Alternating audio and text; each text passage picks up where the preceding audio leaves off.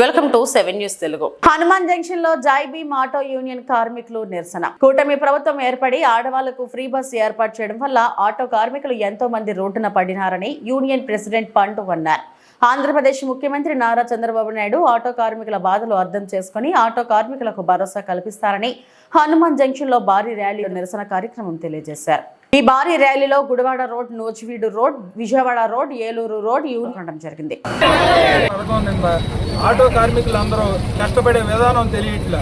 గత ప్రభుత్వంలో 10,000 ఇచ్చారు. ఆటో ఇన్సూరెన్స్ బ్రేకు నిమిత్తంగా ప్రతి ఒక్కళ్ళు ఆదుకున్నారు. ఈ ప్రభుత్వంలో చేస్తామంటున్నారు. కానీ ప్రతి ఆటో డ్రైవరు ముందు తినడానికి ఆటో కిస్తీ కట్టుకోవాలి, ఫైనాన్సులు కట్టుకోవాలి. ఏం చేస్తారు?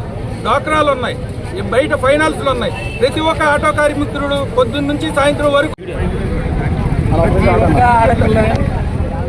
ఆధార్ కార్డు పట్టుకుని ఎంతవరకు రోడ్డు మీద నుంచుని